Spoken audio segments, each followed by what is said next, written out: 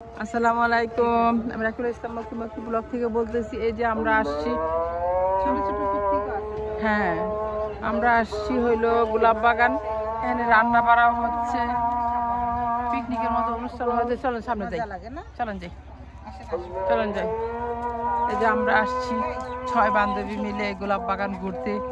রাস্তা দিয়ে আসলাম, যা যা দেখলাম খেলাম। বাসা থেকে আসছি বাসে, না বাসে না, অটোতে আসছি। 10 নম্বর নামলাম, ওখান থেকে বাসে উঠলাম আলিফ বাসে। বাসে উঠেই সিঙ্গারা খেলাম। তারপরে কিছুক্ষণ পরে এক জায়গায় থামলো, থামার পরে ওরে কি সুন্দর গোলাপ বাগান, কি সুন্দর গোলাপ বাগান। কিছুক্ষণ পর এই সুন্দর গোলাপ বাগান হয়ে আছে। অনেক মানুষ আসে, তো অনেক মানুষও আছে। এই যে গোলাপ বাগান, এই যে গোলাপ আর গোলাপ আর গোলাপ আর গোলাপ আর গোলাপ। কিছুক্ষণ পর নাম নেমে বড়ই খেলাম। তারপরে আবার কিছুক্ষণ পরে হলো বাদাম খেলাম। এখন আবার ওনারা চিপস নিয়ে আসতেছে, আজান দিচ্ছে।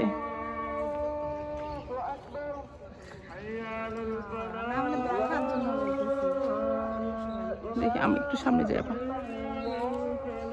হ্যাঁ এই যে অনেক সুন্দর, অনেক সুন্দর গোলাপ বাগান। অনেক গোলাপ ফুল ফুটে আছে। আচ্ছা এত ফুল দিয়ে, আচ্ছা এত ফুল দিয়ে কি করে?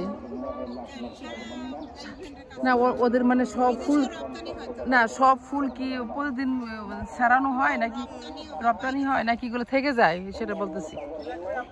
কারণ প্রচুর ফুল তো।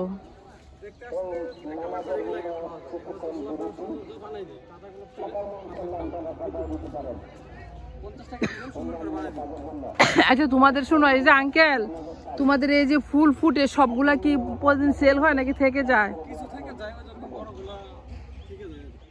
এগুলা কি আবার কালকে সেল হবে? এগুলা মূলত পাপড়ির জন্য, এগুলার যারা বিক্রি করবে তারা তো এগুলা ফুল কিনবে না। ও আচ্ছা আচ্ছা আচ্ছা, এই পাপড়ি সেল করো না? হ্যাঁ হ্যাঁ এটা ঠিক আছে, পাপড়িও কিন্তু সেল হয়। সপ্তাহে একদিন আসে। তোমরা এই বড় ফুলগুলো, আগের ফুলগুলো রেখে দাও, শুকাইয়া পাপড়ি করো। হ্যাঁ সেটা ঠিক আছে। পাপড়ি সেল করে, পাপড়ি সেল করে ওরা। মনে করে প্রতিদিন ফুল কিছু বিক্রি হইলো না, কিছু থেকে যে গেল, হ্যাঁ সেগুলো আবার ওরা এগুলো ছিঁড়ে পাপড়ি বানায় ফেলে। এই যে ফুল,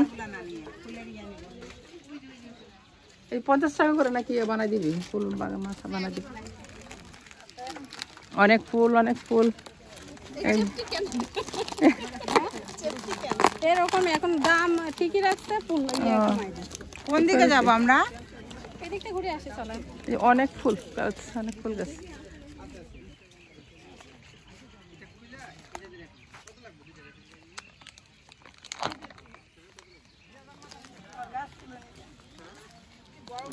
এগুলো কত করে আপু?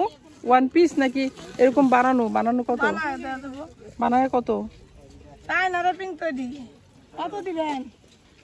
এই বাচ্চারা কত দিবেন বলেন? 100 টাকা নিয়ে পারেন।